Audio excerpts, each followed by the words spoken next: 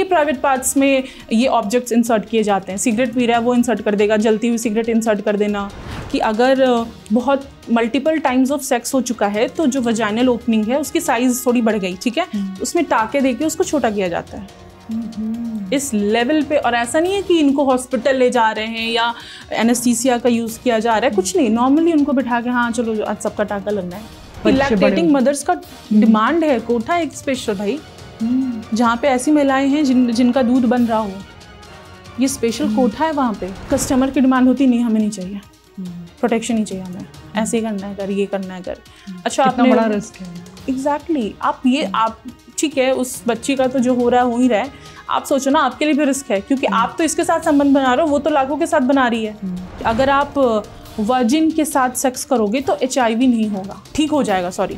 बुढ़े आते हैं इन बच्चियों के साथ और फिजिकल सेक्स रिलेशन के लिए कि मेरा HIV ठीक होगा, खुद तो कुछ नहीं होता, इनको भी इन्फेक्टेड करके चले जाते हैं। 24 घंटे कोई आपको नशा दे रहा है, 24 घंटे हार्मोन्स के इंजेक्शंस दिए जा रहे हैं उनको कि वो समय से पहले बड़ी दिखें। अगर बच्चियां हैं उनका ब्रेस्ट इनलार्जमेंट इस तरीके से करके। एक केस था जिसमें उनके फादर ने ही उनको बेचा था। फादर को लगा कि बहुत अच्छा स्कोप है, पैसे बहुत हैं, डेली 2-3 हज़ार आ रहा है, तो स्टेप फादर या सगे पिता। कोविड के टाइम में दिल्ली में हो रहा था ये चीज़, दाल रोटी के एक्सचेंज में सेक्स वर्क कर रही थी महिलाएं, रिक्शा वाले के साथ, किसी के साथ भी, कि भाई कुछ नहीं तो 4 रोटी और दाल दे दो।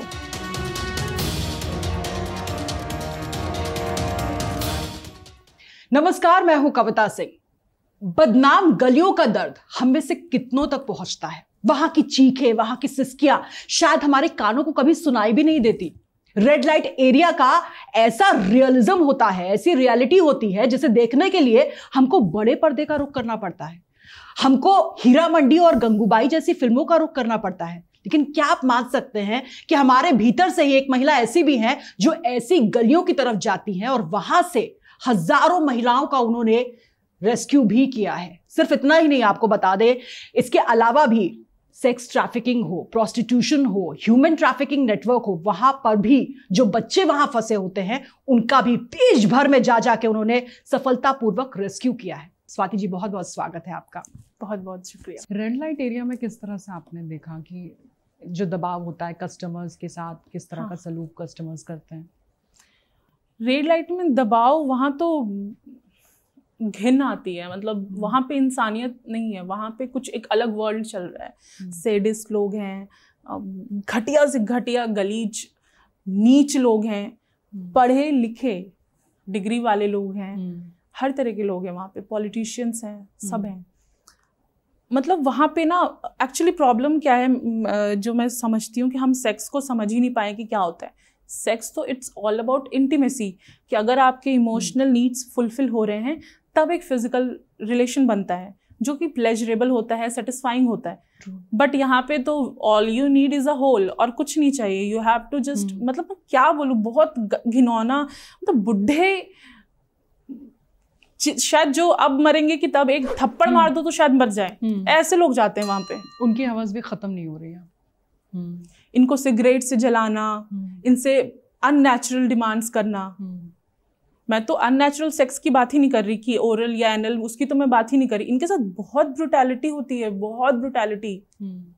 इनके प्राइवेट पार्ट्स में ये ऑब्जेक्ट्स इंसर्ट किए जाते हैं। सिगरेट पी रहा है वो इंसर्ट कर देगा, जलती हुई सिगरेट इंसर्ट कर देना, कुछ भी। एक लड़की थी, शी वॉज HIV पॉजिटिव, ठीक है। अच्छा, अब हम जाके, जैसे मैंने आपको बोला कि हम वहाँ पे प्रोटेक्शन के लिए भी जाके एम्पावर करते हैं कि आप प्लीज़ करो, इनकरेज करते हैं। अब ये लोग, कस्टमर की डिमांड होती नहीं, हमें नहीं चाहिए, प्रोटेक्शन ही चाहिए हमें, ऐसे ही करना है कर, ये करना है कर। अच्छा, आपने बड़ा रिस्क है। एग्जैक्टली आप ठीक है, उस बच्ची का तो जो हो रहा है हो ही रहा है, आप सोचो ना आपके लिए भी रिस्क है, क्योंकि आप तो इसके साथ संबंध बना रहे हो, वो तो लाखों के साथ बना रही है, आप भी तो इन्फेक्टेड हो रहे हो। किस लेवल पे इलिटरेसी है, ठीक है। आपने वो गंगूबाई में एक सीन देखा होगा कि एक आता है सीन जहाँ पे उसने सिर्फ वो उसके साथ सेक्सुअली कुछ नहीं करता है बट मारता है, हिट करता तो ये भी होता है वहाँ पे। यानी फ्रस्ट्रेशन निकालने के लिए भी लोग वहां जाते हैं। फ्रस्ट्रेशन नहीं, वो ये ना एक कुंठा है, साइकोलॉजिकल इश्यू है जिसको सैडिस्ट बोलते हैं, कि दूसरे को पीड़ा दे के ना सुख मिलता खुशी है, मिलती है, सैडिस्टिक प्लेजर इसको एग्जैक्टली कहते हैं। वही होता है वहां पे। बहुत बुरी तरीके से मारते हैं, बहुत बुरा बर्ताव करते हैं इनके साथ। अब ये पूरे टाइम इंटॉक्सिकेटेड रहेंगी, जैसे बच्चियों के साथ। अच्छा, वहां पे एक मिथ और है कि अगर आप वर्जिन के साथ सेक्स करोगे तो HIV नहीं होगा, ठीक हो जाएगा, सॉरी। तो कोठा ना वहाँ पे डिवाइडेड है कि यहाँ पे लैक्टेटिंग मदर्स का कोठा है, मतलब इस वाले कोठे में ये हैं, इसमें वर्जिन्स हैं, इसमें नॉर्थ ईस्टर्न हैं, इसमें बंगाल की लड़कियां हैं, इस तरीके से बना हुआ है, 16 नंबर 14 नंबर ऐसे करके। तो बुढ़े बुढ़े आते हैं इन बच्चियों के साथ और फिजिकल सेक्स रिलेशन के लिए कि मेरा HIV ठीक होगा। खुद तो कुछ नहीं होता, इनको भी इन्फेक्टेड करके चले जाते हैं। इस लेवल का गंध है वहाँ पे।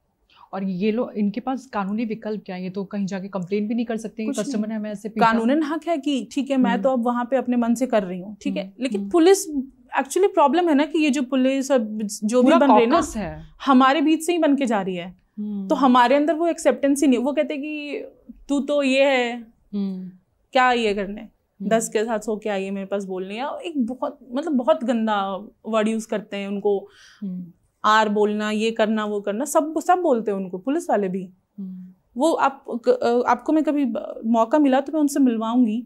वो कभी नहीं, पुलिस के नाम से वो चिढ़ती हैं, गाली बकना शुरू करती हैं। क्यों जाना उसके पास, नहीं जाना।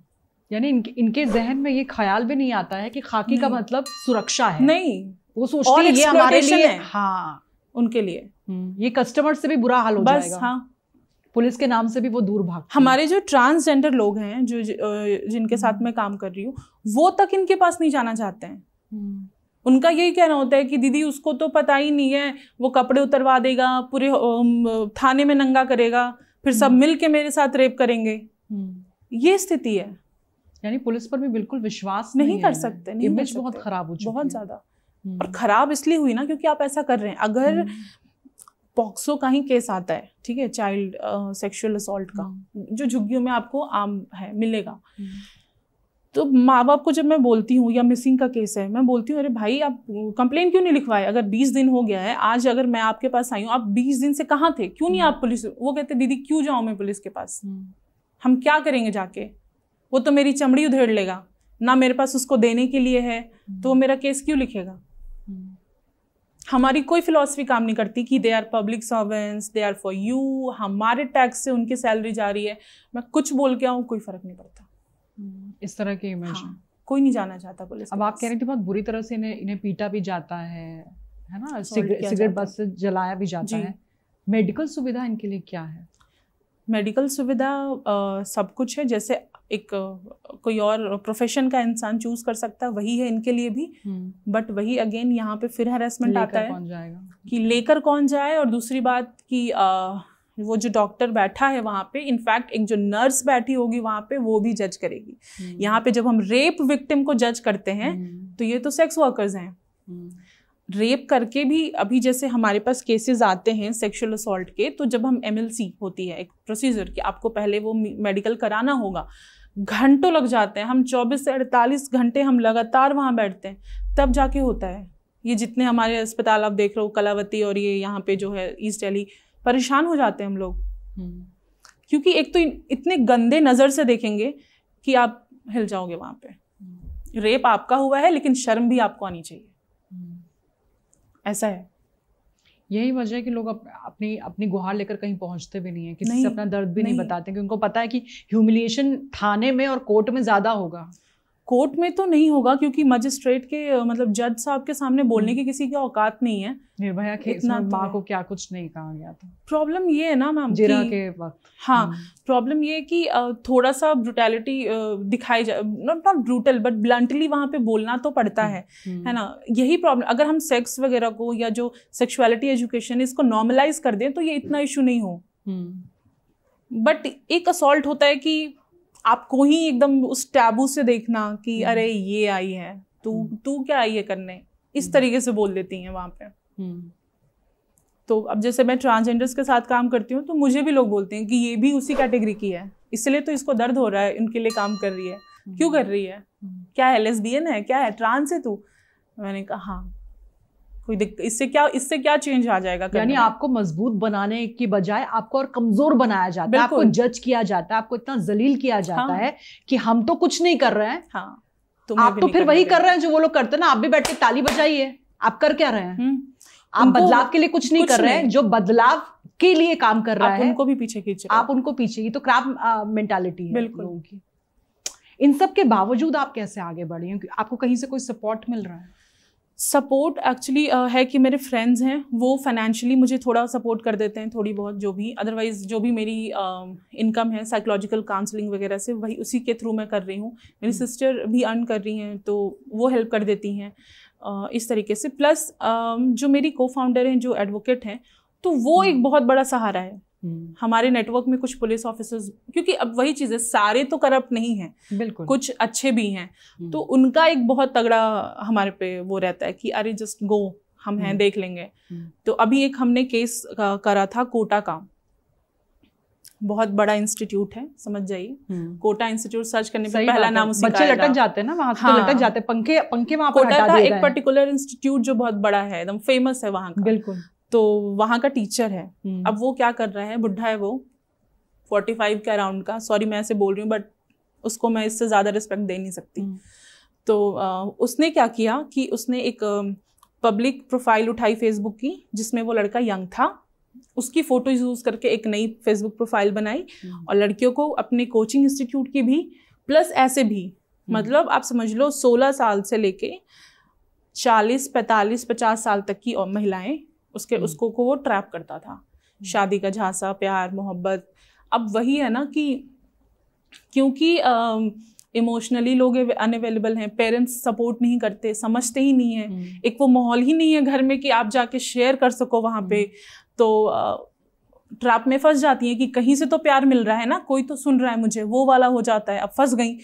तो उसके लैपटॉप में कम से कम तो 40,000 न्यूड्स थी, और उसकी वाइफ, उसके फादर उसको सपोर्ट कर रहे हैं। हम ही पे उल्टा वो चढ़ रहे हैं कि तो क्या हुआ, वो लड़कियां ही ऐसी हैं, क्यों भेजा उन्होंने, क्यों भेजा वो मत सोचो ना, तुम्हारा पति कर क्या रहा है, तुम एक बच्चे के माँ बाप हो तुम लोग। कोटा फैक्ट्री का प्रोफेसर है और ये काम कर रहा है, इससे लड़के लड़कियों के भविष्य के लिए उनको पढ़ाना था, और ये बैठकर ट्रैप कर रहा है, और बीवी उसमें साथ दे रही है। वो लड़कियों को ही कह रही है कि वो तो हैं, वो उनको सोचना चाहिए था, इस तरीके से अपने पति को साथ दे रही है। और कोई बड़ी बात नहीं अगर बच्चियों को बुलाकर ट्रैप करके उनकी ड्रिंक्स में कुछ मिला देती होंगी, क्योंकि इस तरह का मामला भी एक सामने आया था कि प्रोफेसर की पत्नी खुद ड्रिंक में कुछ मिला देती थी। और प्रोफेसर, और चलिए ये कोटा भी ठीक है, मैं आपको बताती हूँ, डिपार्टमेंट है एक गवर्नमेंट ऑफ इंडिया का ही, ठीक है, दिल्ली गवर्नमेंट का, जो महिलाओं और बच्चों के लिए ही डेडिकेटेड है, ठीक है।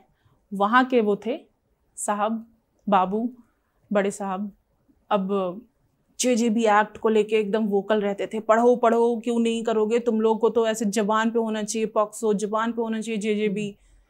तो उनके किसी फ्रेंड की डेथ हुई, बहुत ही क्लोज फ्रेंड थे, उनकी बेटी को वो ले आए, मतलब उनके दोनों दाम्पति की मृत्यु हो गई, तो उनके बच्चे को उठा के वो ले आए कि चलो अब फ्रेंड की बच्ची है, हम उसको पालेंगे।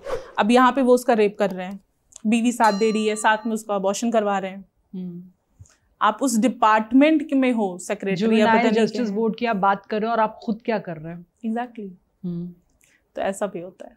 तो ऐसी बच्चियों को आप कैसे रेस्क्यू करते हैं, क्योंकि ये तो बहुत मुश्किल हो जाता है। एक्चुअली ये बच्चियां आप जब भी रेस्क्यू करोगे तो करना बस यही होता है कि आप अपने जिस एरिया में, मतलब फॉर एग्जांपल मैं यहाँ कर रही हूँ, तो मुझे यहाँ के नज़दीकी थाना में एक एप्लीकेशन देना होगा कि ऐसा ऐसा हम इस तारीख को कर रहे हैं, तो हमें सपोर्ट भी चाहिए और आपको हम इन्फॉर्म भी कर रहे हैं। तो कांस्टेबल या DCD जो भी अवेलेबल होंगे आ जाएंगे, और उसके बाद बच्चों को आप रेस्क्यू करा के MLC कराओ नियरेस्ट DM ऑफिस वगैरह में, या जैसे भी हॉस्पिटल में, साउथ ईस्ट में तो हॉस्पिटल भी DM ऑफिस में ही होता था, डॉक्टर आए, MLC हुआ, फिर हम बच्चों को CCI में ले जाके रखते हैं, चाइल्ड केयर इंस्टीट्यूशंस, जो हम कह सकते हैं कि एक तरह का गवर्नमेंट हॉस्टल है, फिर वहाँ पे बच्चों की देख रेख होती है।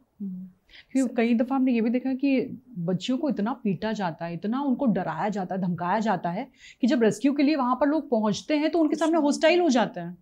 वो भी बहुत पेचीदा केस बन जाता है। एक्चुअली इनके दिमाग में ये डाला जाता है ना, जैसे अब मैं प्रोस्टिट्यूशन वाली की बात करूं कि तुम कहाँ जाओगी, जाओगी कहाँ? तुम्हारे तो गांव में भी पता चल गया है, तुम्हारी फैमिली को पता चल गया है, यहाँ तो तुम जान ही रहे तुमको सब, जाओगी कहाँ, करोगी क्या?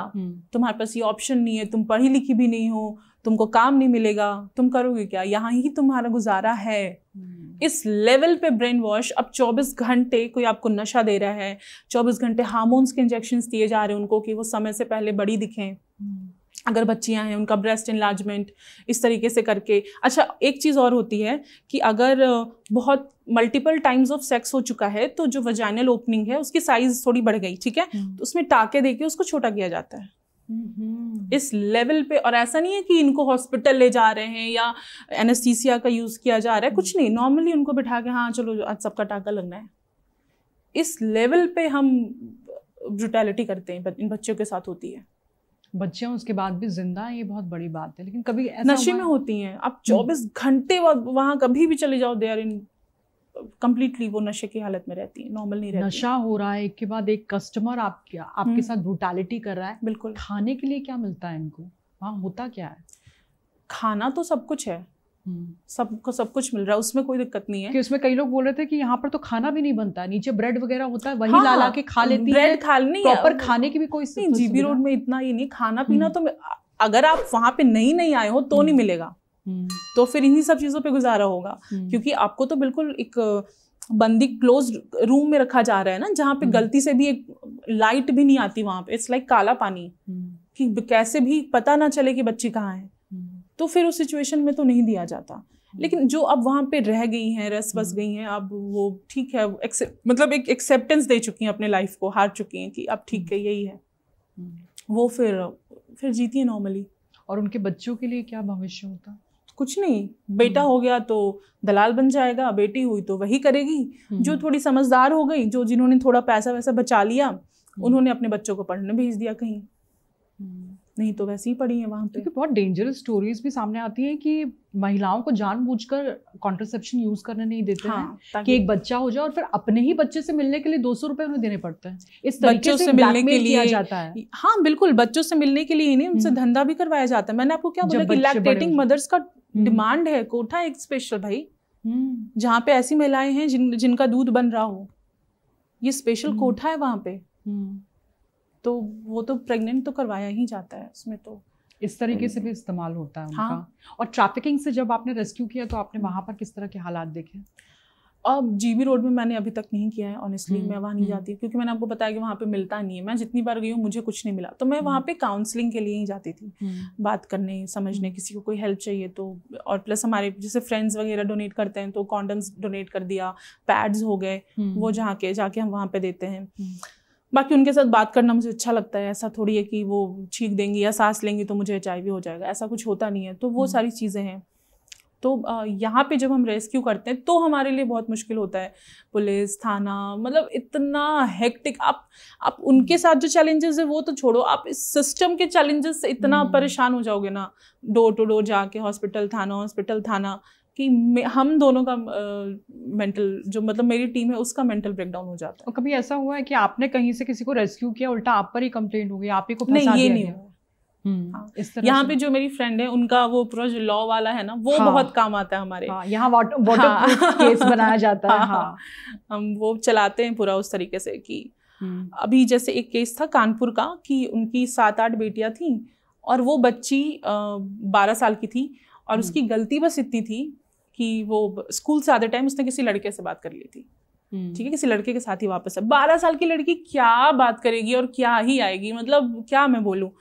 तो वो आ रही थी और उसके मामा ने बोला कि क्योंकि उसकी बड़ी बहन ऑलरेडी भाग के शादी कर चुकी थी, तो उसके मामा ने बोला कि इसको बेच देते हैं, पैसा भी मिल जाएगा और ये भी अब भागेगी, नाक कटेगा, उससे तो बेटर यही है।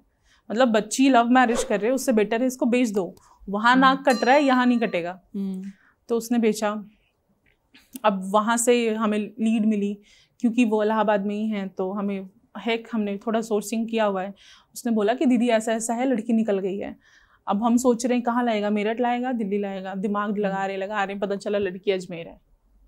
उसको वो घुमाया जा रहा है कंटिन्यू, रख ही नहीं रहा एक भी जगह। खैर वो मिल गई क्योंकि वही मैंने बोला कि अच्छे कर्मचारी भी हैं और अच्छे IPS ऑफिसर्स, IAS ऑफिसर्स भी हैं और फॉर्चुनेटली हम उनसे जुड़े हैं। तो वो एक अच्छा एक कड़ी जुड़ गया हमारा, एंड अभी वो रेस्क्यूड होके CCI में है। स्वाति जी, आपके मिशन को सलाम। पूरे देश भर में जा जाके 4 बार मैंने आपको कॉल किया, लेकिन आप इतनी बिजी थी, आपने कहा नहीं मुझे बिहार जाना है, वहां पर रेस्क्यू करना है, बंगाल में ये मुसीबत है। पूरे देश भर में बिना किसी सहारे के आपने कैसे इस मिशन का आगाज किया? Kavita ji, firstly thank you so much मुझे मंच देने के लिए। और आगाज़ ये मैं कहूँगी कि शायद ये it was chosen by God, universe का एक वो था, डायरेक्शन मिला मुझे कि करना है।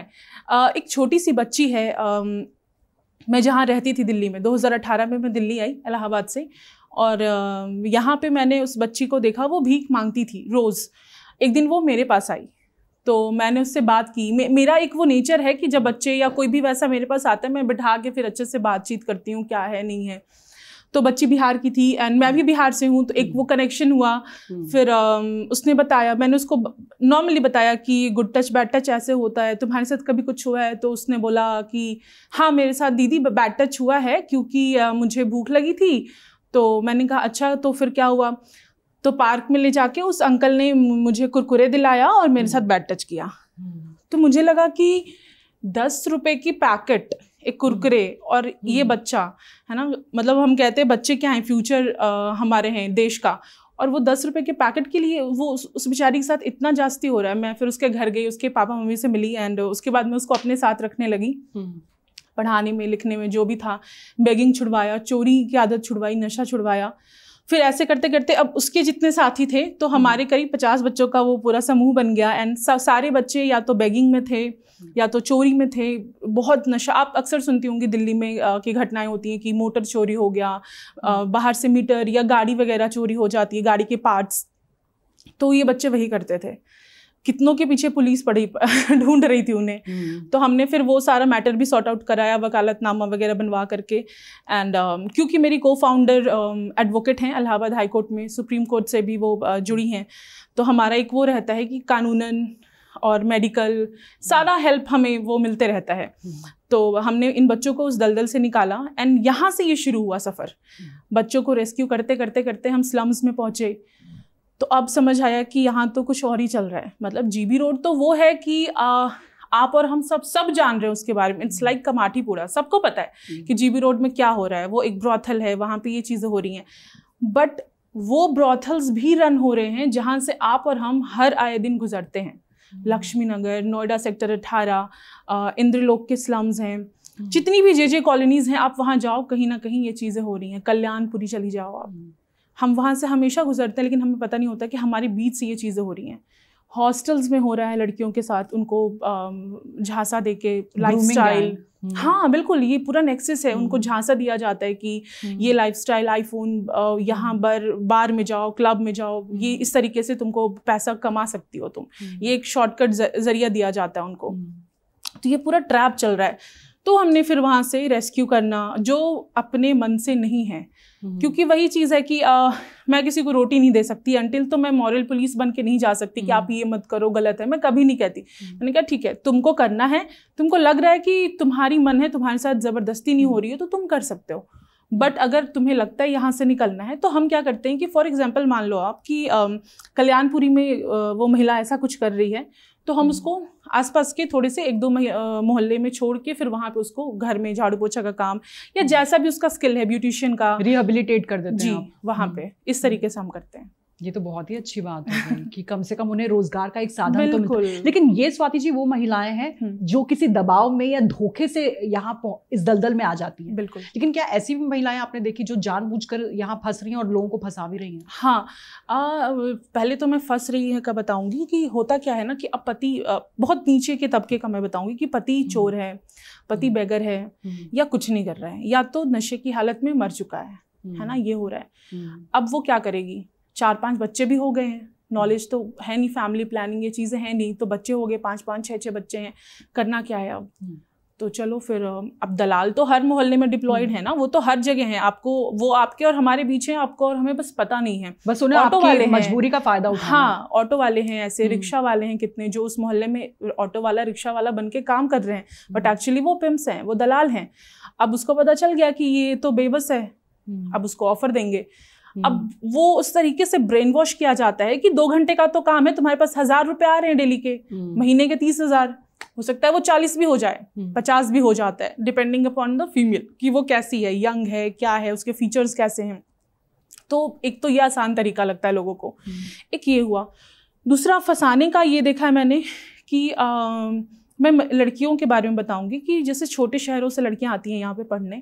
अब जैसे मैं ही बिहार से आई हूँ, हमारे यहाँ पे नहीं है स्कूल कॉलेजेस अच्छे कि हम वहाँ पे आगे अच्छे से पढ़ पाएँ, तो हम बाहर आए। अब हमें क्या होगा ना कि मैं जहाँ हॉस्टल में रहूँगी या मैं जिस जगह पे रहूँगी पीजी वगैरह में, तो वो एक लड़की जो उस ग्रुप की होगी, ठीक है, वो भी यहाँ रह रही होगी हॉस्टल में, या समहाउ वो मुझे इंस्टा सोशल मीडिया के थ्रू वो अप्रोच करेगी। अब उसके साथ मेरा घूमना फिरना होगा। मैं सोच रही हूँ मैं तो अफोर्ड नहीं कर पा रही हूँ ना इतने अच्छे रेस्टोरेंट में, कैफ़े में जाना, लेकिन ये ले जा रही है। अब वो बच्चा उससे पूछेगा कि तुम ऐसा क्या कर रही हो कि तुम्हारे पास है, मेरे पास तो नहीं, क्योंकि लिमिटेड पैसे आ रहे हैं घर से, उसी में आपका स्कूल और आना जाना सारी चीज़ें, खाना पीना हो रहा है। तो वो बताएगी कि ऐसा ऐसा है, आप चलो, आप सेक्स वर्क करो, आप चलो, ज़्यादा नहीं, बस 1 घंटे का काम है, बहुत अच्छे अच्छे क्लाइंट्स मिलेंगे। और कुछ नहीं है, पहले शुरुआत एक्चुअली सेक्स वर्क से नहीं होती है, शुरुआत होती है पार्टी से, कि एक पार्टी है हाई फाई में, जिससे साउथ दिल्ली वगैरह हो गई, हाँ, गुड़गांव हो गया, इन सब जगहों पे पार्टीज है। आप चलो फरीदाबाद में, कुछ नहीं करना, you have to just have enjoy and have fun. इस तरीके से करके उनको ले जाएगा 1 बार 2 बार। अब धीरे धीरे वो दारू पियेंगी और चीज़ें भी शुरू होंगी। अब वो इतना मज़ा आने लगेगा ना, वो लाइफ इतनी अट्रैक्ट कर देगी कि अब नेक्स्ट स्टेप तो वही होगा। यहाँ पर स्पाइकिंग भी हो जाती है? हाँ बिल्कुल होती है, कि ड्रिंक्स में मिलावट करके इस तरीके से फंसाया जाता है। हाँ हाँ हाँ होती है, यहाँ ट्रैप कर लिया जाता है। हाँ, अब मज़ा आने लगा, शुरुआत ऐसे किया, मज़ा आ रहा है, तो फिर उसमें दिमाग में डाला जाता है कि कोई बात नहीं। पहले होता है कि अब ये तुमको पसंद कर रहा है, जाओ, वो दलाल होगा, ठीक है, वो दलाल ही होगा, वो कोई वैसा होगा नहीं वहाँ का। वो फिर उसको धीरे धीरे 1-2 बार उसके साथ रिलेशन बनाएगा, वो ताकि वो कंफर्टेबल हो जाए, एक जो वो बाउंड्री है वो टूट जाए, अब उसको शर्म ना आए, वो इनहिबिशन जैसी उसकी खत्म होगी, अब वो प्रो बन जाएगी। आप जहांगीरपुरी जाओ, आप नरेला जाओ, आप बवाना जाओ, आप लक्ष्मी नगर और अक्षरधाम के बीच का जो वो हाईवे, वहाँ जो भी आप बोलेंगे उसको, आप वहाँ पे खड़े हो जाओ, आपको दिखेंगी रात में 11 बजे के बाद लड़कियाँ खड़ी दिखेंगी आपको। तो इस तरीके से ये काम हो रहा है। तो इनके बीच जब आप पहुँचते हैं रेस्क्यू के लिए, तो क्या ये आप अपनी आप बीती बताती हैं? हाँ, ये बच्चियां तब तक नहीं आती हैं, ये रेस्क्यू भी नहीं होंगी, क्योंकि इनका होता है मैं बाय चॉइस हूँ। एंड क्योंकि हमारे देश में प्रोस्टिट्यूशन लीगल है, if somebody is going by their choice, तो हम उनको कुछ नहीं कर सकते, है ना, अनटिल इसमें अदर चीज़ें जो हैं, जैसे कि मैं किसी की वो बन जाऊँ, क्या बोलते हैं उसको, बॉस, जो घर की मालकिन होती है, वो मैं नहीं बन सकती कि तुम अगर 1000 कमा रही हो तो 500 या दे मुझे दो। ये चीज़ें अलाउ नहीं है, पिंपिंग अलाउ नहीं है, नशा देना, उसके बहाने से ह्यूमन ट्रैफिकिंग करके ला के प्रोस्टिट्यूशन कराना, ये चीज़ें इलीगल हैं। बट प्रोस्टिट्यूशन लीगल है, तो हम इनको कुछ नहीं बोल सकते। ये हमारे पास तब आती हैं जब या तो ये प्यार में पड़ चुकी होती हैं किसी के, और अब या तो अबॉर्शन का केस आ जाता है कि अब क्या करना है, तब होता है, या फिर पेरेंट्स आने वाले होते हैं किसी के, कि अगर वो मतलब बिहार से हैं या यूपी से हैं, कहीं से भी रिमोट एरिया से हैं या बाहर से, अब वो आ रहे हैं उनको विजिट करने, और अब वो इस दलदल में ना फंस चुकी हैं, तो तब वो आती हैं कि अब क्या करना है। निकलना चाहे तो क्या इनके लिए वापसी का रास्ता आसान? हाँ बिल्कुल है, बिल्कुल है। मैं तो ये कहती हूँ ना कि आप देखो कविता जी, आप जाहिर सी बात है, अगर मैं यहाँ पे रह रही हूँ और मेरा ये इलाका अगर बदनाम है, मैं जीबी रोड से अगर आके बोलूँ मुझे काम दो, तो शायद कोई नहीं देगा और एक बार उस नज़र से मुझे देखेगा।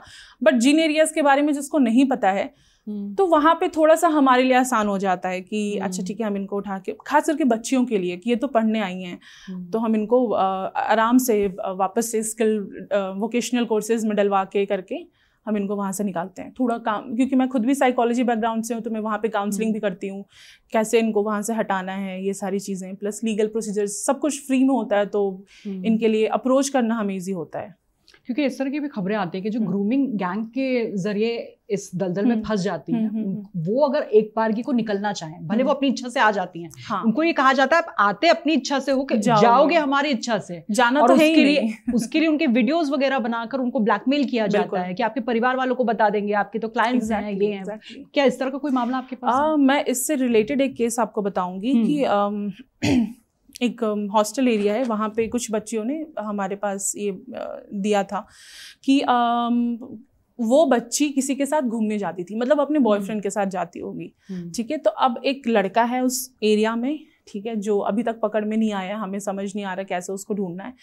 तो वो आया और वो क्या करता है कि जो लड़की अपने बॉयफ्रेंड के साथ दिख जाती है या किसी लड़के के साथ घूमते हुए कि वो उसको ड्रॉप करने आ रहा है या कुछ, तो अब वो क्या करेगा कि कहेगा चल मेरे साथ भी, क्यों तुम उसके साथ गई थी, अब तुम मेरे साथ जाओगे, मैंने तुम्हारी वीडियो निकाल ली है, तो या तो अब मैं तुम्हारे पेरेंट्स को भेजूंगा या मैं सोशल मीडिया पे डालूंगा। अब बच्चा तो बच्चा आया है, 17-18 साल 20 साल है, वो डर जाता है वहाँ पे। तो ये एक केस है। और दूसरा एक मेरे पास केस आया था जहाँ पे हस्बैंड ने ही उसको, बेसिकली वो हस्बैंड नहीं था, वो दलाल ही था, उसने शादी करी, ये सोनागाछी का केस है, वेस्ट बंगाल। तो उसने उसको फंसाया कि एक काम करते, शादी करते हैं, मुझे प्यार हो गया तुमसे। अब बेचारी ये जो अपने आप को मशीन बना के जिसने रखा हुआ है, 24 घंटे सेक्स वर्क में है, वो इंटॉक्सिकेटेड है, उसको जैसी एक होप मिलती है फैमिली और वो सपना, तो उसको लगा हाँ ठीक है करते हैं। और उसने कहा कि हम यहाँ से छोड़ देंगे, वेस्ट बंगाल छोड़ देंगे, हम आज कहीं दूसरी जगह अच्छी जगह जाएंगे, कमाएंगे। शादी करके यहाँ लेके आया दिल्ली। अब यहाँ 1-2 महीने तो ठीक ठाक रहा, पैसे तो अच्छे खासे थे इनके पास। ऑल्सो वो कन्वेंशनली थोड़ी प्रिटी थी, तो उनको क्लाइंट्स बहुत इजीली मिलते थे। तो पैसे जब ख़त्म होने लगे तो वही सो कॉल्ड हस्बैंड ने बोला कि ठीक है करते हैं फिर से, यहाँ और पैसे मिलेंगे, जो तुमको जितना तुमको वहाँ पे पूरे महीने में मिल रहा था उसका दुगना तिगना तुमको 15 दिन में मिलेगा। वहाँ तो मैडम कट लेने के लिए थी, यहाँ आदमी आ गया। हाँ, अब हस्बैंड ही बोल रहा। अब फिर उसने बोला आप छोड़ोगे तो नहीं क्या, जितना भी एक औरत होने पे उसके मन में आया, उसने पूछा, उसने बोला नहीं क्यों छोड़ना, पहले भी तो तुम कर रही थी, अब मैं मैनेज करूंगा, ये बिजनेस है, काम है, खराब थोड़ी है। लिटरली ये चीज़ें हमें उस फीमेल ने बताया है। और यहाँ भी उसने उसको कोटे पे बिठा दिया, सारा काम जो मतलब जितने भी पार्टीज़ है हाई क्लासेस की ऐसी जो होती हैं, और जितने भी आपको पता होगा ये लाजपत वगैरह एरिया जो है, आप जैसे जैसे साउथ दिल्ली की तरफ बढ़ते जाओ टिल गुरुग्राम, तो वो काफ़ी पॉश इलाका है, अच्छा है, वहाँ पे पैसे हैं लोगों के पास, तो ये वहाँ पे जाने लगी घरों में, क्लब में घुस गई है। हाँ, क्लब्स में ही नहीं, घरों में, घरों में ये माहौल है कि फीमेल नहीं है, वाइफ नहीं है, या पति बहुत सालों से यहाँ रह रहा है, या लड़का भी बहुत टाइम से यहाँ रह रहा है, अकेलापन है, तो अब उसको कोई चाहिए, उनको सप्लाई। आपको पता होना चाहिए कश्मीरी गेट आप जानते हो, मजनू का टीला पूरा एरिया, तो वहाँ पे ये पूरा गिरोह काम कर रहा है। और वो जो पिंप होगा, जो दलाल होगा, वो अपनी व्हाट्सएप डीपी लगाएगा, आज जिस लड़की की डीपी लगेगी वो अवेलेबल है, अब उसके क्लाइंट्स देख के फाइनल करेंगे। ये संकेत है, संकेत, इस तरीके से काम होता है। तो अभी उस पे भी हमने करा है, तो वो भागा हुआ है, तो ही वॉज फ्रॉम नेपाल, तो अभी वो भाग गया है। यही जो अपनी बीवी को इस तरीके नहीं, वो तो उनको हमारे पास आई ही वो हस्बैंड के जब भागने के बाद, जब अच्छा खासा अमाउंट जब इकट्ठा हो गया, इनको वापस से जीबी रोड बिठाया और वो निकल लिया यहाँ से छोड़ के कि काहे की पत्नी, कैसी शादी, तुझसे शादी करूंगा। And she was broken. वो फिर जब हम गए हैं जीबी रोड, तब उन्होंने ये कहानी सारी सुनाई है, एंड हमें लगा कि क्या हो रहा है ये। और ये जो मैंने आपको फोटो वाला बताया, मैं बता रही हूँ कि ये भी इस तरीके से भी जरिया है, मतलब इशारों में, कि आपने किसी लड़की का डीपी लगाया, वो लड़की अवेलेबल है, जिसको चाहिए होता है वो अप्रोच करते हैं, और उसमें अच्छे खासे लोग हैं, नामी गिरामी। यानी कितने प्लानिंग के साथ और ठीक प्रशासन के नाक के नीचे इस तरह का धंधा चल रहा है, और बिना किसी सहमति के तो बहुत मुश्किल है। और कहा भी यही जाता है कि जो जीबी रोड इस तरह के जो जगह होते हैं, वहां पर सरकारी कर्मचारी भी होता है, ऑब्जर्वर भी होता है, वो देखने के लिए कि अगर किसी को रेस्क्यू करना तो हम कर लेंगे। लेकिन कभी आपको लगा? नहीं, कभी कि जमीनी हकीकत कुछ और है, बहुत डिफरेंट है। जितना मुझे समझ आया यही है कि सबका हफ्ता बंधा हुआ है, सबको अपना हिस्सा मिल जाता है, कुछ नहीं मिलता। हम जब भी रेस्क्यू के लिए जाते हैं हमें कुछ नहीं मिलता। हमें पता होता है कि यहाँ पे बच्ची आई है, यहाँ पे नाबालिग बच्चियां हैं, लेकिन वो कहाँ जाती हैं, कहाँ छुपाते हैं, वो मार्चिस के डिब्बे जैसा सारा डॉर्मेट्रीज की तरह दिखता है, लेकिन बच्चे कहाँ छुपाते हैं वो समझ नहीं आता। बेसिकली वो कोठा ना इस तरीके से कि आप यहाँ से यहाँ जंप कर सकते हो, बिल्डिंग टू बिल्डिंग, बहुत चिपका चिपका है, आपस में कंजस्टेड है।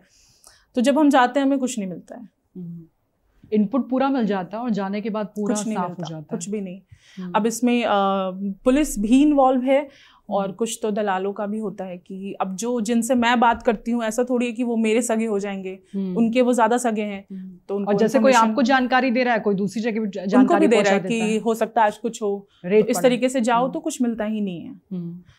तो बस हम जीबी रोड में जाते हैं, महिलाओं से बात करते हैं, उनकी काउंसलिंग करते हैं, उनको प्रोटेक्शन यूज़ करने के लिए प्रोत्साहित करते हैं, और फिर हम आ जाते हैं। वहाँ पर किस तरह के आपने चैलेंजेस देखे? वहाँ पे हमारे साथ एक इंसिडेंट हुआ था कि अब जैसे कभी कभी होता है ना, आप आई कार्ड, वहाँ पे बिना आई कार्ड के हम नहीं जाते, गले में होना चाहिए ताकि आप उनसे थोड़े डिफरेंट दिखो। अब मैं वहाँ पे गई थी तो हमारे साथ जो गई थी उन्होंने आई कार्ड नहीं पहना हुआ था, उनके पर्स में था। तो जो आया कस्टमर वो कहता है इसको भेज दो, शी इज़ वेरी प्रिटी, वो प्यारी सी हैं बिल्कुल। तो उनको बोला कि नहीं यही चाहिए। तो ऐसा भी होता है हमारे साथ कि कस्टमर हमें भी समझता है और समटाइम्स हमें भी बोलता है। दूसरा कि जो मालकिन होती है, आपने देखा होगा उसमें मूवी गंगूबाई वगैरह में कि उनकी एक घरवाली होती है, तो वो है एक्चुअल में ऐसे एग्जिस्ट करता है घरवाली सिस्टम। उनका कोई एक मालकिन होगी, ठीक है, जो उनसे पैसे लेगी, मतलब जितना भी उनका मेहनत आना है उसमें से कुछ हिस्सा उसका होगा, ठीक है, इस तरीके से। तो वो समटाइम्स मिलने नहीं देती है, स्पेशली ऐसे लोगों से जहाँ पे उसको डर हो कि ये अगर थोड़ा सा उसको समझा बुझा दिया जाए तो वो निकल जाएगी यहाँ से।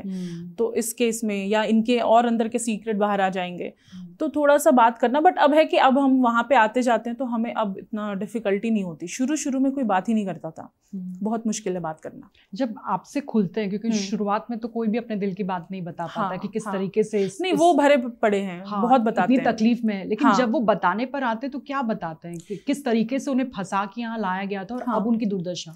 मोस्टली में यही होता है। जो जीबी रोड में बैठी हैं कविता जी, वो ऐसी नहीं है जो अपने मन से गई हैं। वो आपको इन एरियाज में दिखेंगी जो ब्रॉथल्स नोन नहीं है, जो जैसे मैंने बताया ना कि गुप्त तरीके से चल रही हैं, वो हैं जो अपने मन से कर रही हैं, या चाहे जो लड़कियां कर रही हैं वो हैं। बट जो जीबी रोड में है वो समहाउ ट्रैफिक करके ही लाई गई हैं मोस्टली। कोई वहाँ पे ऐसा मुझे तो नहीं मिला अभी तक कि हाँ मैं तो अपनी मर्जी से यहाँ काम करने आई हूँ, ऐसा नहीं है कोई। तो अब जैसे एक केस था जिसमें उनके फादर ने ही उनको बेचा था। फादर को लगा कि बहुत अच्छा स्कोप है, पैसे बहुत हैं, डेली 2-3 हज़ार आ रहा है। तो स्टेप फादर या सगे पिता? सगे पिता।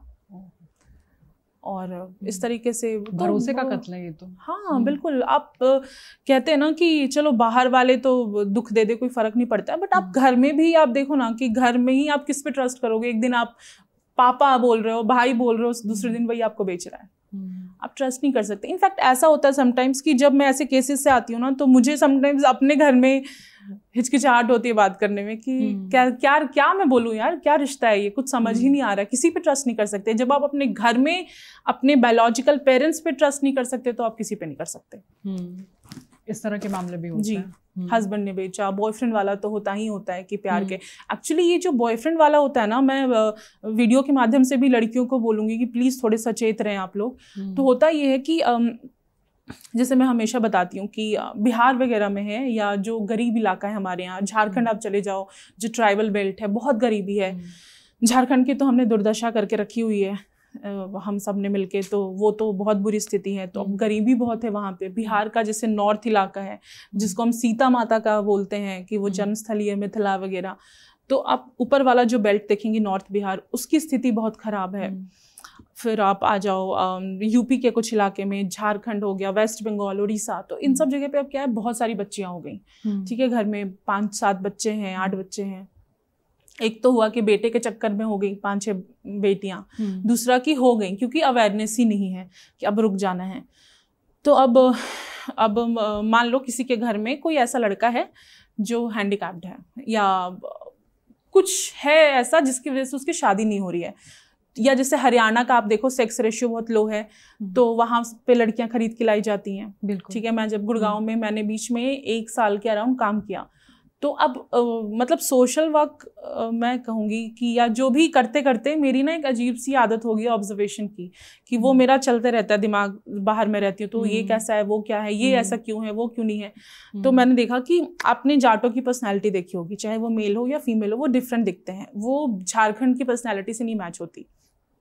तो मैंने उनमें फिर एक लड़की देखी कि उन्होंने 2 चोटी, जैसे वहाँ के बाल के टेक्सचर थोड़ा कर्ली रफ हार्ड बाल होता है, स्किन थोड़ी डार्क होती है, तो और उनका ये स्कर्ट टॉप पहनने का एक अलग ही तरीका है झारखंड के ट्राइबल बेल्ट का। तो क्योंकि मैं उधर रही भी हूँ, जानती हूँ बिहार झारखंड को क्लोजली, तो मुझे पता है कि यार ये तो इधर की लड़की ही नहीं है, ये कैसे यहाँ है, या तो ये लेबर है, मतलब नौकरानी है घर में।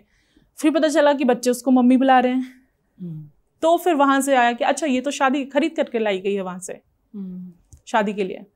तो ये एक तो ये हो गया कि पेरेंट्स ने इस तरीके से बेचा।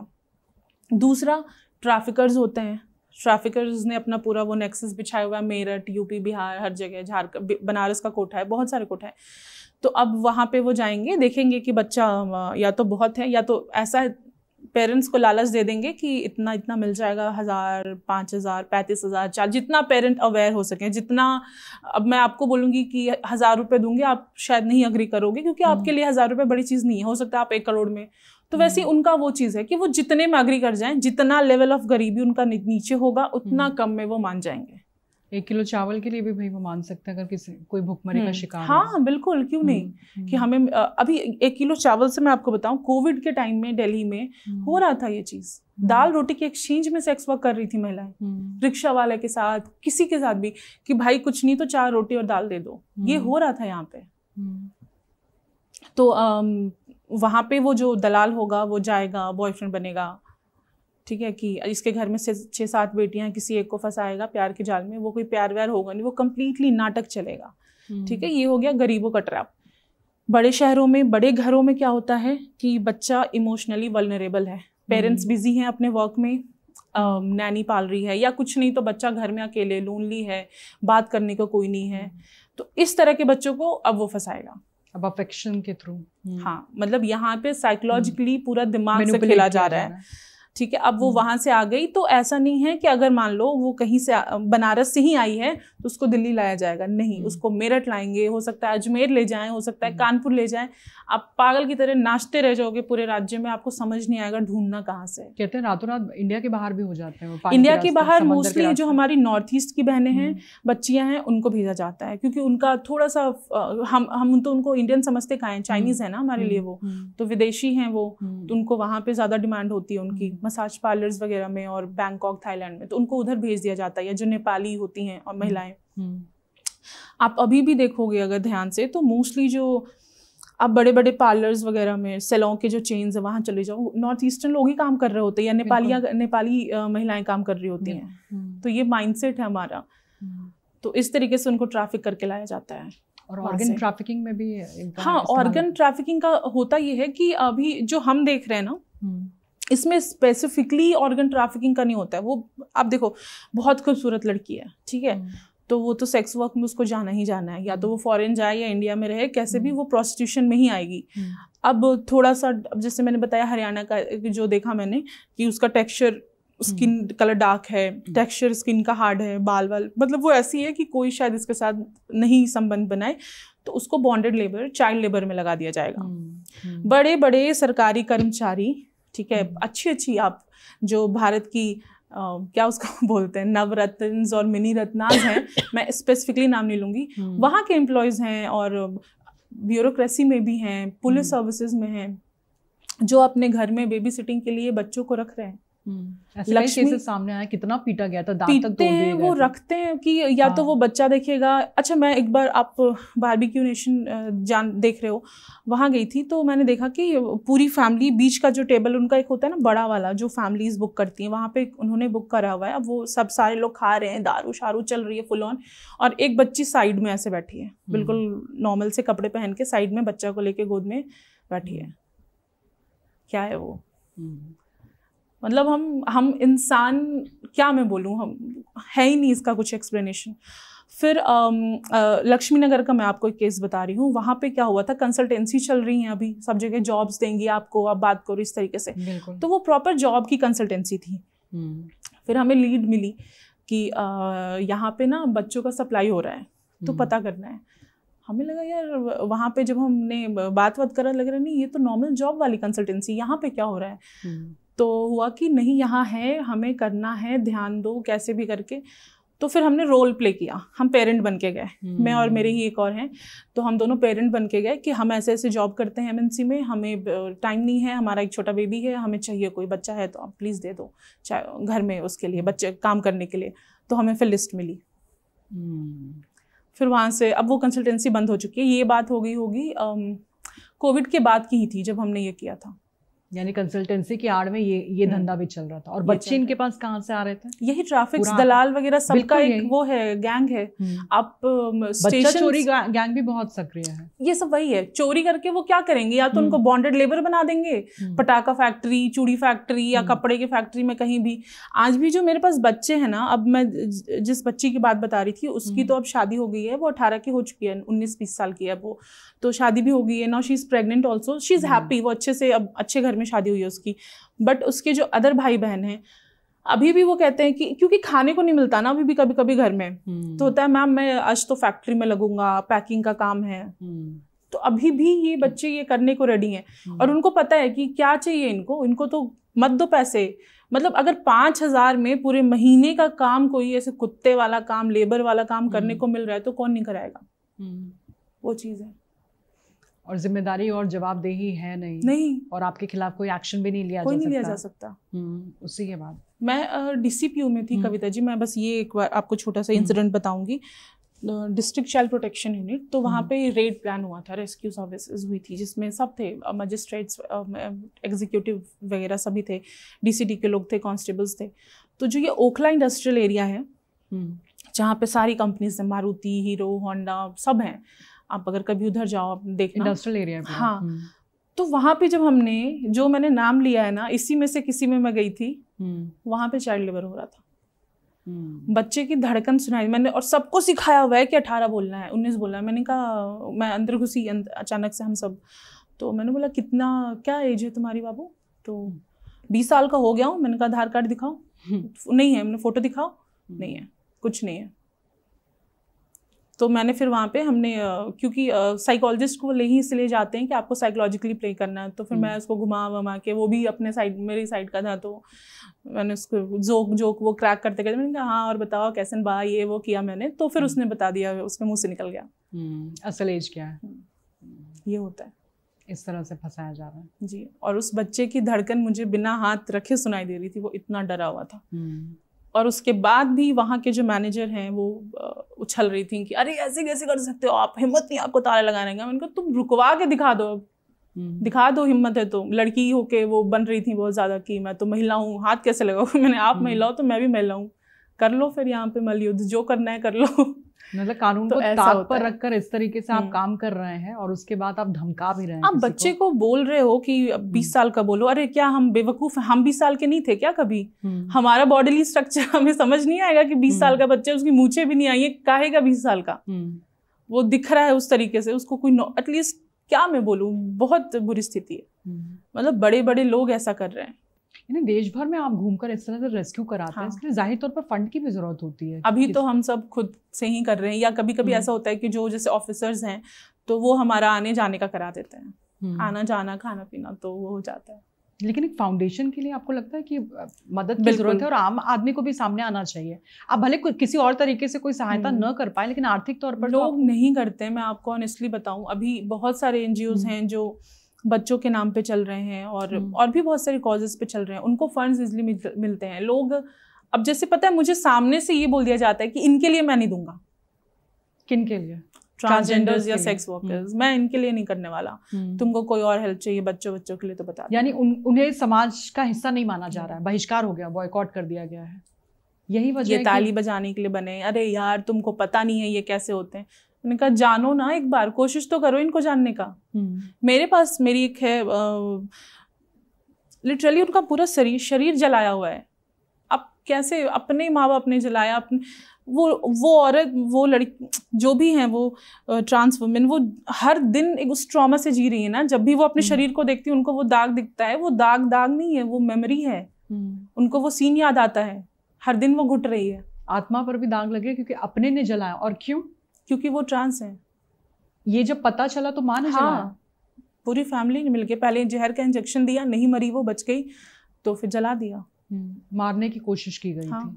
ऐसे लोगों को भी आप बचा रही हैं और फंड की भी कमी है। बिल्कुल। अगर किसी को आपको मदद करनी हो तो किस तरह से कर सकता है? वो हमसे कांटेक्ट करे और जो भी वो जिस तरीके से भी हेल्प करना चाहते हैं हमारी हेल्प कर सकते हैं। यानी आपके अकाउंट नंबर? हाँ, अकाउंट्स वगैरह जिनको हम पिन कर सकते हैं। इसके आगे इस मुहिम को आप कहाँ ले जाना चाहते हैं? फिलहाल मेरा यही है कि मैं मोस्टली लोगों को सेंसिटाइज करना चाहती हूँ कि मैं ये नहीं कह रही कि आप आओ इनको अपने ऑफिस में काम दो या ठीक है मत करो, अभी के लिए एटलीस्ट इनको एक्सेप्ट करो, इनकी रिस्पेक्ट नहीं कर सकते तो डिसरिस्पेक्ट भी मत करो। बस अभी मेरा यही है कि आप इनको देखो तो उस नज़र से मत देखो। और थोड़ा सा एक बच्चों वाले पार्ट में मैं ये ज़रूर कहना चाहती हूँ कि आप मतलब हम क्या करते हैं ना, गाड़ी का शीशा डाउन करते हैं, प्राउडली 10 का नोट निकाल के देते हैं, या अच्छा आजकल एक और फैशन चल गया कि खिला दो, है ना, खिला दो, खिला दो, ले जाके बर्गर खिला दो। लेकिन हम समझ नहीं रहे यार कि हम बेगिंग प्रमोट कर रहे हैं। अभी इंदौर में ये कम्प्लीटली बैन हो चुका है। तो जब तक हम इनको ये मैसेज नहीं देंगे कि तुमको यहाँ खड़े होके कुछ नहीं होने वाला, तब तक ये नहीं छोड़ेंगे बेगिंग, वो नेक्सस काम करता रहेगा। हम अगर बच्चे को कुछ भी दे रहे हैं, कुछ भी, ये वहीं तक जा रहा है। उनके जो आका हैं, अच्छा ये बेगिंग रैकेट है। तो एक कहानी और है, मैं वो शॉर्ट में आपको बताती हूँ। नेहरू प्लेस का है, ठीक है, नेहरू प्लेस कालका जी वाला जो एरिया है वहाँ की। तो वहाँ पे जो बच्चे अक्सर आपने या कहीं भी आपने देखा होगा कि जो रिंग्स वगैरह लिए रहते हैं, गाल वाल कलर करके डांस करेंगे आपके गाड़ी के आगे, फिर पैसे मांगेंगे, वैसे बच्चे थे। तो उनको मैंने रेस्क्यू किया, हम MLC में बैठे थे। तो बच्चे हैं छोटे, 4 साल 5 साल के, रो रहे हैं। 3 साल की बच्ची है, वो कह रही है दीदी पता है दीदी मरने का मन करता है। बोले क्यों बोल रही हो बेटा ऐसे, तुम्हारी एज है ऐसे बोलने की, ये तो तुम अभी बच्ची हो, बताओ क्या खाओगी क्या करोगी, इस तरीके से हम बात कर रहे हैं। कह रही नहीं दीदी अब आप यहाँ लेके आ गए हो, मेरे घर में तो चूल्हा नहीं जलेगा आज। कहा क्यों नहीं जलेगा, तो मैं ही तो देती हूँ ना, मतलब बच्चा कमा के देगा। और अगर बच्चे ने 100 रुपये भीख मांगा है उसने आज, उसकी पिटाई होगी, कुत्ते की तरह अपने माँ बाप मारेंगे कि सिर्फ 100 लेकर आया है। बच्चियां ये बोलते हैं कि ऐसे घर नहीं जा सकते खाली हाथ, हमें जीने नहीं देंगे, मार डालेंगे। इतना यानी बच्चों को पैदा ही ये सोचकर किया गया है कि इन्हें काम पर लगा दिया जाए, बस इसलिए फौज तैयार की गई है।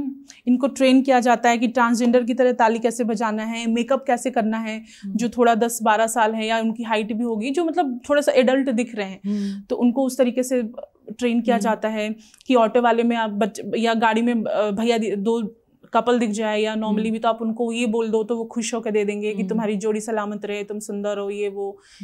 ये सब ट्रेनिंग दी जा रही है बच्चे को। बच्चे कह रही है कि मैं घर नहीं गई तो चूल्हा नहीं जलेगा। मतलब हम शायद 3 साल की उम्र में ये सब सोच भी नहीं रहे थे। ये बच्चा जिसको हमने हमारे संविधान में राइट टू एजुकेशन दिया हुआ है कि 14 साल तक के बच्चे को तो हम वंचित रख ही नहीं सकते शिक्षा से, माँ बाप तक पे कानूनन कार्यवाही हो सकती है अगर वो ऐसा करते हैं। वो बच्चा कह रहा है कि मैं नहीं गई तो घर पे चूल्हा नहीं जलेगा और मेरी पिटाई होगी। इतनी कम उम्र पे में ये सोच और काम पर लगा दिया। हाँ, और वो भी क्या करवा रहे हो, बेगिंग करवा रहे हो। उसके बाद मैं बाहर निकली वहाँ से, तो उसकी मम्मी आ गई, ठीक है, DM ऑफिस के बाहर। तो उसने देख लिया था मुझे, तो मुझे पहचान मेरे पास आई।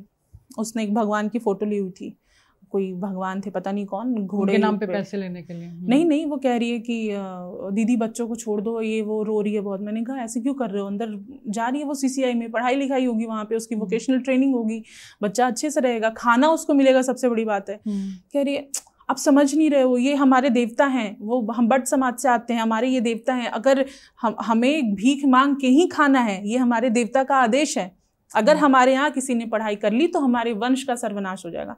मैंने कहा कौन सा भगवान, जीसस, अल्लाह या जो भी देवी देवता है, कौन बोल रहा है कि पढ़ाई करने पे वंश का नाश करेंगे? फिर तो वो देवता नहीं है, आपका नाश हो जाएगा। फिर तो वो है ही नहीं ना देवी देवता, फिर तो वो शैतान है जो आपको बढ़ने से रोक रहा है। कौन ऐसे बोल सकता है? मतलब आप सोचो इस लेवल का ब्रेन वॉश है, या शायद ये झूठ बोलते हैं। इस तरह से बस चलते चलते 5 मिनट और, क्योंकि निर्भया केस का बहुत जिक्र होता है और उसमें आपकी भी अहम भूमिका रही है, उसके बारे में अगर आप दर्शकों को बताएं। हाँ, तो जब मैं दिल्ली आई थी तो मैं तिहाड़ जेल में as a psychological first aid trainer मैंने शुरू किया था, अपनी ट्रेनिंग शुरू की थी। तो वहाँ पे इनमेट्स की काउंसलिंग करनी होती थी जो डिप्रेशन में है या जो परेशान है। तो फिर वहाँ पे I met one of the culprit of Nirbhaya case, तो उनकी काउंसलिंग की थी मैंने, क्योंकि तब तक डेथ पेनल्टी आ चुकी थी। तो वो थोड़े से एंशियस थे कि अच्छा अब मैं मरने वाला हूँ, इस तरीके से करके उनको हो रहा था थोड़ा दिक्कत, डिप्रेसिव थॉट्स आ रहे थे, सुसाइडल थॉट्स आ रहे थे। तो फिर वहाँ पे मैंने उनकी काउंसलिंग वगैरह की उनसे, जिसके कुछ टाइम के बाद ही उन्होंने फिर अपना मर्सी पिटिशन डाला था कि मुझे जीना है, मुझे आजीवन कारावास दिया जाए पर फांसी नहीं चाहिए। पीड़ा उनको किस बात की थी कि जुवेनाइल पर उतनी सख्ती नहीं? जुवेनाइल जो था उसमें, जो 18 साल नहीं था वो तो छूट गया, और ये जिसकी काउंसलिंग मैं कर रही थी वो उनके फ्रेंड थे, बहुत ही नियर एंड डियर फ्रेंड थे, एक ही मोहल्ले के थे शायद। तो उनको इस बात की तकलीफ थी कि वो क्यों छूट गया, वो 18 का है, वो फेक डॉक्यूमेंट है, और अगर वो 18 का नहीं है तो मैं भी 18 का नहीं हूँ। ये उसकी पीड़ा ज़्यादा थी कि उसको क्यों छोड़ दिया। और एक था कि उनकी मदर ब्लाइंड हैं, तो उनका था कि कौन देखेगा, क्योंकि फैमिली ने तो बहिष्कार कर दिया है, रिलेटिव्स ने, सभी ने, कोई है नहीं हमारा, अब माँ है और जो हूँ मैं ही हूँ। क्योंकि तिहाड़ में ऐसा है कि it's not like jail, it's like rehabilitation centre. आप सीखते हो, रिहैब प्रोसेस में जाते हो। तो वहाँ से वो अर्न वगैरह करते थे, जो भी पेंटिंग बना के या काम करके, उससे वो अपनी मदर को हेल्प करते थे। तो ये एक डर था उनको कि अब कैसे होगा, माँ का क्या होगा, ये एक पीड़ा थी। बट वही है, आपने क्राइम किया तो किया, अब उसके लिए ये उस वक्त सोचना चाहिए था। लेकिन उस वक्त तो पूरे आपने अपने सारे जज्बात आपके सामने रख दिए। Exactly. कि मैंने तो कुछ किया ही नहीं, मैं तो सिर्फ देख रहा था, सबसे ज्यादा हॉरिफिक क्राइम इस आदमी ने किया, ये कैसे बरी हो गया। exactly. ये जो कुंठा और पीड़ा थी उसके बारे में अगर आप बताएं। हाँ, उनका यही पॉइंट था कि मैं तो मैम देख रहा था, मैं तो था ही नहीं, मैं तो कैबिन में बैठा हुआ था, मैं तो कुछ नहीं कर रहा था, मैंने तो हाथ भी नहीं लगाया लड़की को। तो मेरा ये था कि भाई तुमने रोका भी नहीं। अगर मेरा इतना ही घनिष्ठ मित्र है कोई, तो मैं तो उसको करने भी नहीं दूंगी, एटलीस्ट रोकूंगी। और अगर तुमने रोका होता तो उस वो जो लड़की के साथ थे, निर्भया के साथ थे, उनके साथी, वो तो इतना तो बोलते ना कि एटलीस्ट एक ने रोकने की कोशिश की, इसलिए हम बच गए, या हमारे साथ कम कुछ हो पाया। और कहीं से तो ये किस्सा आता, जिंदा होती, जिस तरह से रॉड का इस्तेमाल किया था। एग्जैक्टली, वो ब्रुटैलिटी नहीं होती, या होती भी तो आपका जिक्र हो गया होता वहां पे कि किसी एक ने रोकने की कोशिश की थी, तो आपने कुछ नहीं किया। चलते चलते दर्शकों को क्या कहेंगे? मैं यही कहूंगी कि प्लीज लिटरेट होने के साथ साथ एजुकेशन पे भी ध्यान दीजिए। सिर्फ साक्षर मत बनिए, शिक्षित बनिए। और रिस्पेक्ट नहीं दे सकते हमारे ऐसे वर्ग को जिसको हमने ठुकराया हुआ है, तो डिसरिस्पेक्ट भी मत दीजिए। बस बात करिए इस बारे में। और दूसरा मेरा ये रहता है हमेशा सिस्टम से, गवर्नमेंट से, कि जैसे अभी हमने अपने बुक्स को रिफॉर्म किया है अबाउट मुगल्स एंड हिस्ट्री, कि हम अब अपने हिस्ट्री को रिफॉर्म कर रहे हैं, एक बार हम अपने साइंस को भी करें। और जब हम रिप्रोडक्शन चैप्टर में मेल और फीमेल समझाते हैं, वहाँ पे एक बार हम ट्रांस का भी कॉन्सेप्ट इंट्रोड्यूस करें, जिससे जब ये हमारे सामने आएंगे तो ये एलिनेटेड नहीं महसूस होगा, लगेगा कि आउट ऑफ सिलेबस कोई चीज़ नहीं है, हम इनके बारे में जानते हैं या हमने सुना है। तो ये एक मेरा है अभी लोगों यानी कम से कम इस एक विषय पर तो हाँ, चुप्पी तोड़नी बहुत जरूरी है। आज हम स्टूडियो में बात कर रहे हैं, पूरे देश भर में इस मुद्दे को लेकर बहस होनी चाहिए। और प्लीज अपना राहु केतु ठीक करने के लिए दान दक्षिणा के नाम पे बच्चों को मत दीजिए। बच्चों या उनके साथ जो उनके बड़े होते हैं उनको मत दीजिए, कुछ मत दीजिए। आप ना देकर उनकी मदद कर देंगे, बस। ये बहुत बड़ी बात आपने कही, क्योंकि हमें लगता है कि हम किसी का जीवन आसान कर रहे हैं कुछ देकर, लेकिन हम उसकी पीड़ा को और ज्यादा बढ़ा रहे हैं, उसे और ज्यादा तकलीफ में डाल रहे हैं। ऐसा न करें। बहुत बहुत शुक्रिया हमारे साथ जुड़ने के लिए। Thank you so much. Thank you.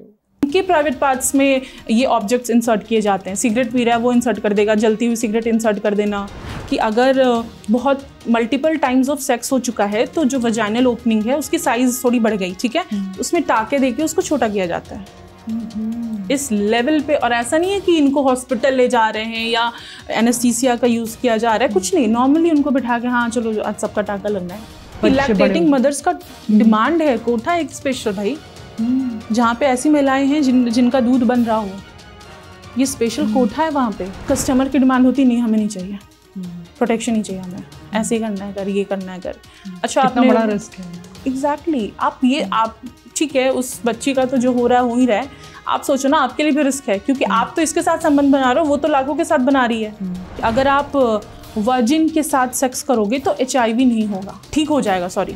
बुढ़े आते हैं इन बच्चियों के साथ और फिजिकल सेक्स रिलेशन के लिए कि मेरा HIV ठीक होगा, खुद तो कुछ नहीं होता, इनको भी इन्फेक्टेड करके चले जाते हैं। 24 घंटे कोई आपको नशा दे रहा है, 24 घंटे हार्मोन्स के इंजेक्शंस दिए जा रहे हैं उनको कि वो समय से पहले बड़ी दिखें। अगर बच्चियां हैं उनका ब्रेस्ट इनलार्जमेंट इस तरीके से करके। एक केस था जिसमें उनके फादर ने ही उनको बेचा था। फादर को लगा कि बहुत अच्छा स्कोप है, पैसे बहुत हैं, डेली 2-3 हज़ार आ रहा है, तो स्टेप फादर या सगे पिता। कोविड के टाइम में दिल्ली में हो रहा था ये चीज़, दाल रोटी के एक्सचेंज में सेक्स वर्क कर रही थी महिलाएं, रिक्शा वाले के साथ, किसी के साथ भी, कि भाई कुछ नहीं तो 4 रोटी और दाल दे दो।